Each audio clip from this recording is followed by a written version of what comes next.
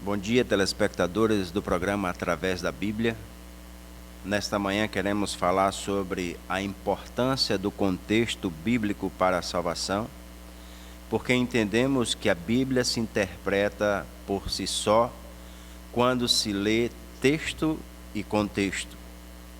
Hoje se ouve falar muito de frases de efeito, mas temos nos esquecido do que diz o contexto, ou do que diz todo o capítulo, todo o livro e até mesmo toda a Bíblia. Hoje se ouve muito dizer: tudo posso naquele que me fortalece, ou o Senhor é meu pastor e nada me faltará. Todo aquele que invocar o nome do Senhor será salvo, ou crer no Senhor Jesus e será salvo tu e tua casa. Mas quando lemos esses textos de forma separada, qual é o significado que eles trazem para nós?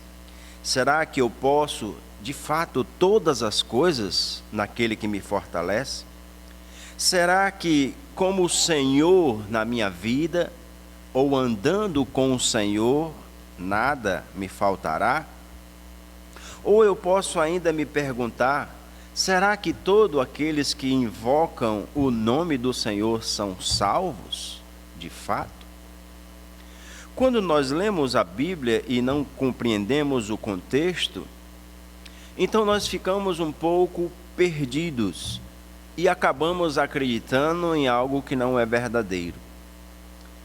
Será que, se eu crer, toda a minha casa será salva? Podemos afirmar isso com certeza? Por isso que nós temos que entender o contexto bíblico. E eu gostaria de usar nesta manhã um texto bastante conhecido que está em Romanos, capítulo 10, versículo 13. E eu peço que você abra a sua Bíblia e compare comigo o que nós vamos ler. Romanos, capítulo 10, versículo 13. A Bíblia nos diz assim: porque todo aquele que invocar o nome do Senhor será salvo. Vamos orar. Amado Deus, pedimos que o Senhor aplique esta palavra em nossos corações e que possamos aprender todo o teu conselho. Nos ensina, ó Deus, as tuas escrituras e abre o nosso coração, ó Deus, para entendê-la e para vivê-la. É o que pedimos no nome de Cristo Jesus. Amém. Todo aquele que invocar o Senhor será salvo. De fato, a Bíblia está falando que todas aquelas pessoas que hoje invocam o nome de Cristo, elas estão salvas. É por isso que é importante a gente entender o contexto bíblico para a salvação. E se nós não olharmos o contexto deste capítulo, e eu peço que você deixe aberta a sua Bíblia neste capítulo, para a gente compreender o que de fato a Bíblia está falando. E eu quero abordar esse texto em dois pontos. O primeiro, o Senhor que está sendo invocado e do que a pessoa é salva. Em primeiro lugar, nós queremos ver que ao invocar o nome do Senhor, precisamos saber que Senhor estamos invocando. Qual é o Senhor que nós conhecemos? Paulo, quando cita esta passagem, o apóstolo Paulo citando esta passagem, ele está falando de uma profecia do profeta Joel, que acontece no capítulo 2, versículo 30 a 32. E esta profecia do profeta Joel, ela se aplica a um contexto ainda futuro, ou seja, num período de grande tribulação. Num período em que as pessoas, ao confessarem o nome do Senhor, ao invocarem o nome do Senhor, serão salvas. Tanto é que o texto de Romanos 10 e 13 diz: todo aquele que invocar o nome do Senhor será, no futuro, salvo. Então, nesse período, invocar o nome do Senhor não vai ser fácil. Alguns serão perseguidos, alguns serão mortos, mas pelo fato de invocarem o nome do Senhor, confirmarão em suas vidas, até mesmo correndo o perigo de perdê-las, que são de fato salvos. Quando se invoca o nome do Senhor, é preciso também a gente saber que Senhor está sendo invocado. A pessoa que invoca o nome do Senhor tem que saber que Senhor ela está chamando, ou que Senhor ela conhece para poder chamar. E se esse Senhor que ela está invocando é verdadeiro. A gente pode perceber em Romanos, no capítulo 10, e agora observando o contexto, que alguns nem conheciam o Senhor verdadeiramente. Olha o que diz o versículo 14. Como, porém, invocarão aquele que não creram? E como crerão naquele de quem nada ouviram? E como ouvirão, se não há quem pregue? O apóstolo, então, estava mostrando que alguns nem sequer tinham ouvido ainda falar do Senhor verdadeiro. Que era preciso falar do Senhor, que é aquele que transforma a vida das pessoas. Essas pessoas aqui, que Paulo está confrontando, ele estava falando para os judeus daquela época. E os judeus nem sequer conheciam o Senhor, apesar deles serem religiosos, apesar deles serem congregados de uma determinada denominação, mas eles mesmos não conheciam o Senhor. E o apóstolo vai afirmar isso para nós, ainda no capítulo 10, versículo 2 e 3. Ele nos diz assim: porque lhes dou testemunho de que eles têm zelo por Deus, porém não com entendimento.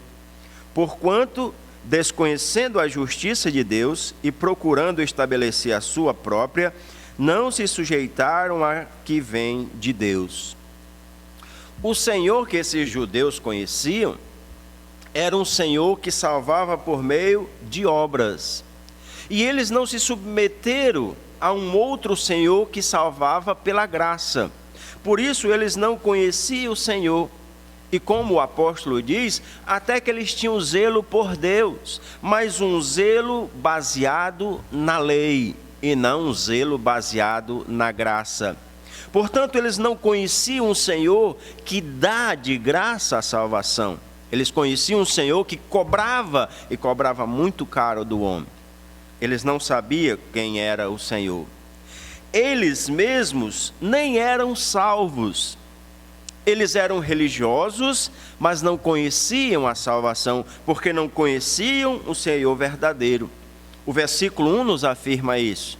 Romanos 10, 1 diz assim: irmãos, a boa vontade do meu coração e a minha súplica a Deus a favor deles são para que sejam salvos. Então eles precisavam ainda conhecer o Senhor que salva. Eles não conheciam esse Senhor. Então tem pessoas que pensam que só conhecer o Salvador, ou só invocar, melhor dizendo, o nome do Salvador, já estão salvas. Tem pessoas que acham que ao conhecer ou a chamar o nome de Deus, já estão salvas. Mas é isso que a Bíblia diz? De fato, a Bíblia nos ensina assim? Quero recorrer a outros textos bíblicos para provar que não é assim. Em Mateus, no capítulo 7, a Bíblia vai nos mostrar que nem todos que invocam o nome do Senhor, de fato são salvos. Veja comigo, Mateus 7 e 21. A Bíblia diz assim: nem todo que me diz Senhor, Senhor, entrará no reino dos céus, mas aquele que faz a vontade de meu Pai que está nos céus. Nem todo que me diz Senhor, Senhor. A gente percebe que as pessoas que invocam o nome do Senhor, nem todas fazem a vontade do Senhor. Quero olhar outro texto ainda em Mateus, no capítulo 25, e ver o versículo 11 e 12. A Bíblia também está falando de pessoas religiosas, Mateus 25, 11 e 12. Pessoas que tinham sua profissão de fé, mas que não conheciam o Senhor que salvava, diz o texto, Mateus 25, 11 e 12. Mais tarde, chegaram as virgens nécias, chamando, ou melhor, clamando, Senhor, Senhor, abre-nos a porta. Mas ele respondeu, em verdade vos digo que não vos conheço. Também estas pessoas clamavam, invocavam o nome do Senhor, mas não eram salvas, não conheciam o Senhor. Ainda no Evangelho de Lucas, vai mostrar para nós que algumas pessoas até chamam ele de Senhor, no capítulo 6, verso 46 e 47, a Bíblia diz assim, por que me chamais Senhor, Senhor, e não fazeis o que vos mando? Todo aquele que vem a mim e ouve as minhas palavras e as pratica, eu vos mostrarei a quem é semelhante. Então, o Senhor está dizendo que para invocá-lo é preciso obedecê-lo. Ou o invocar vem acompanhado de uma obediência à sua palavra. Então, não basta só invocar o nome do Senhor. Não basta só dizer Senhor, Senhor. É preciso obedecer ao Senhor. É preciso fazer com que a sua palavra esteja viva nas minhas atitudes. Então, invocar o nome do Senhor não é o critério principal para mostrar que eu conheço o Senhor, mas sim aquele que obedece ao Senhor. Porque quem obedece ao Senhor, esse então conhece o Senhor de fato. E veja como o apóstolo Paulo sabia que nem todos que invocam obedecem. Voltando ao nosso texto-chave, em Romanos capítulo 10, o versículo 9 apresenta isso. Aliás, versículo 16. Versículo 16 diz, mas nem todos obedeceram ao evangelho, pois Isaías diz, Senhor, quem acreditou na nossa pregação? Nem todos que ouviram o Evangelho, nem todos que ouviram a palavra de Deus naquela época, acreditaram no Evangelho. Alguns até chamaram Jesus de Senhor, mas não obedeceram ao Senhor. Então não basta invocar o Senhor. É preciso saber se o Senhor que você está invocando é o Senhor verdadeiro.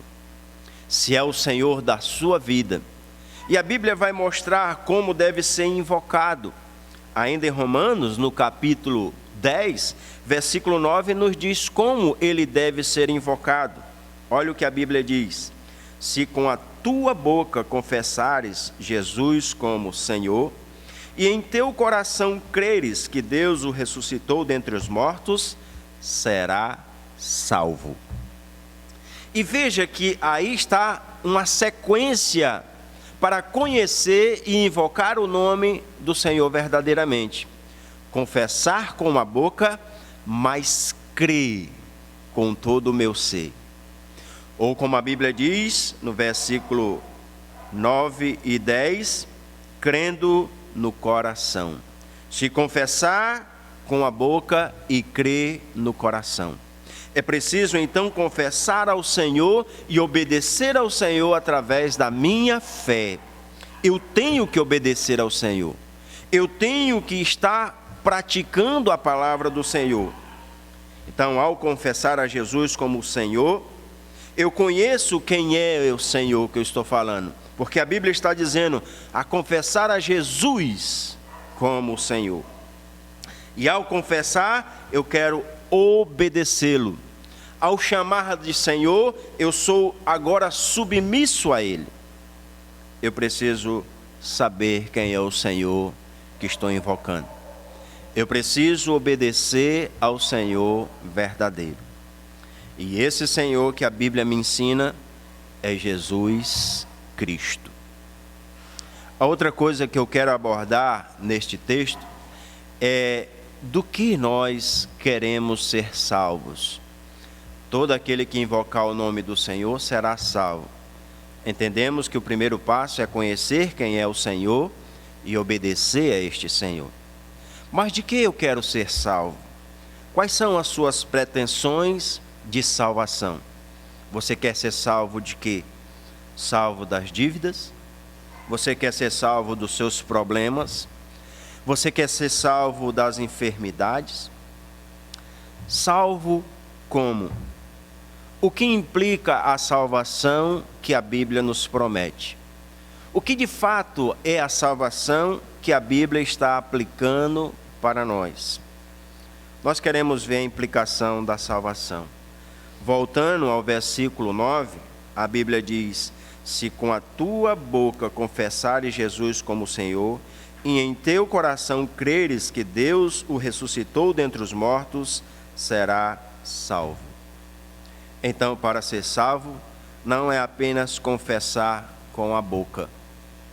Porque os homens confessam com a boca, mas a Bíblia diz que o coração está longe de Deus.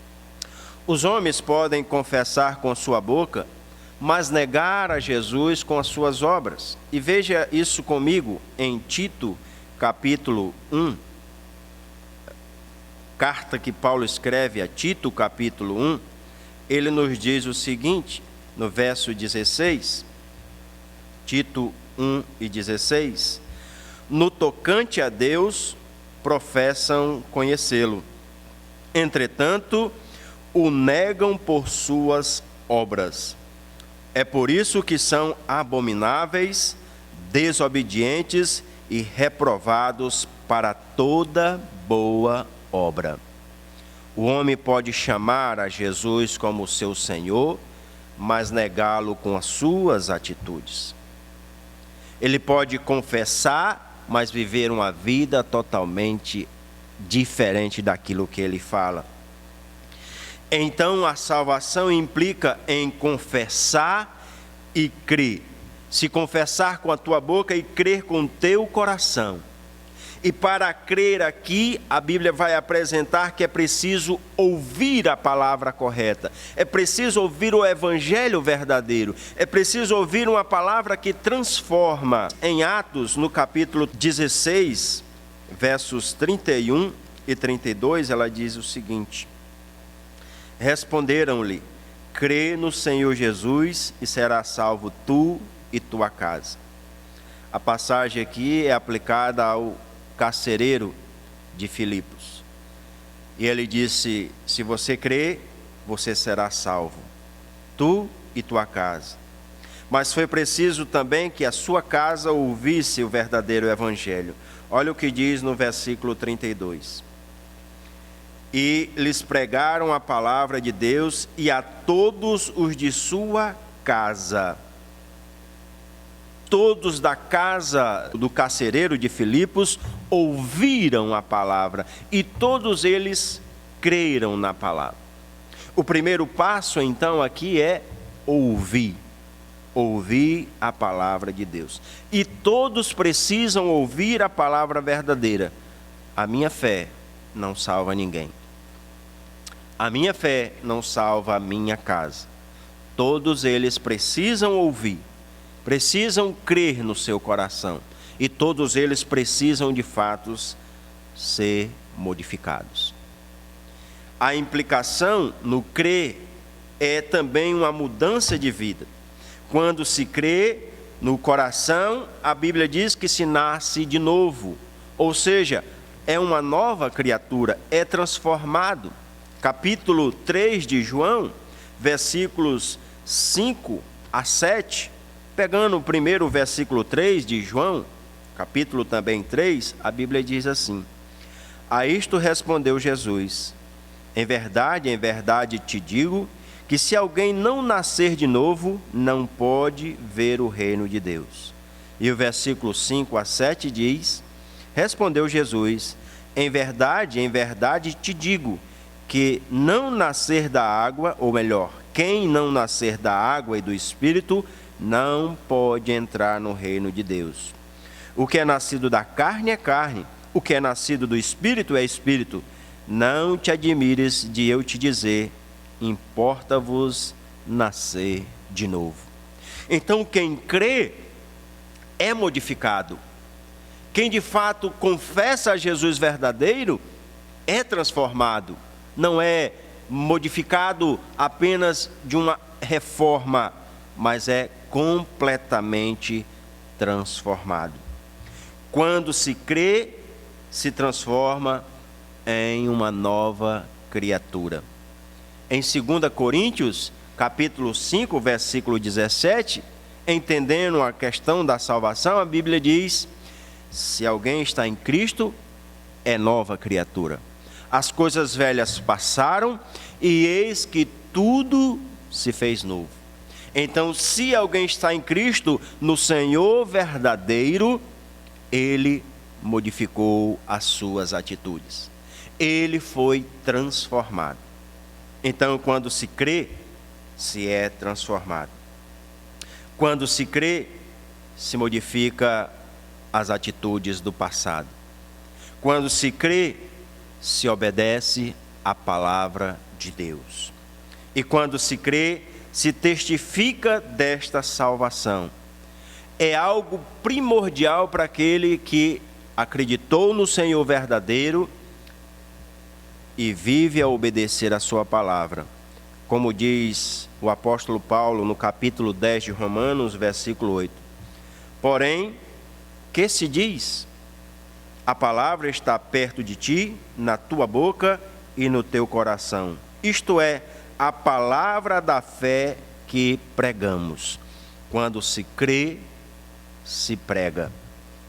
Quando se conhece ao Senhor que manda em nossas vidas, se proclama a sua palavra.